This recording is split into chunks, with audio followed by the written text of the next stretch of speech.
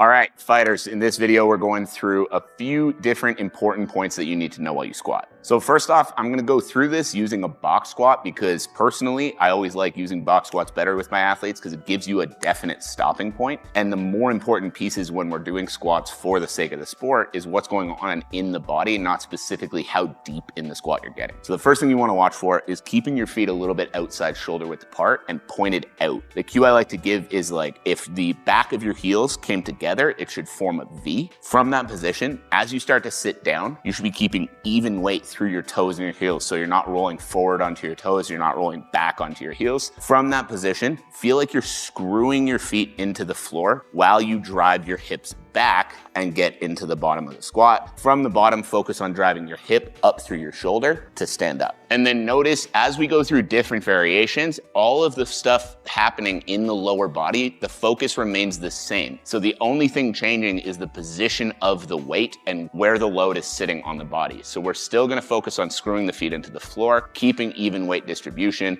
sitting back through the hips, and then driving the hips up through the shoulder to stand back up. So even for single leg variations like a Bulgarian split squat, everything that we focus on remains the same. The foot still stays flat, you're not rolling onto your toes or rolling onto your heel. The first motion should be focused on driving your hip back and not letting your knee drive forward. You should still be focused on engaging through the glutes and engaging through the hamstrings.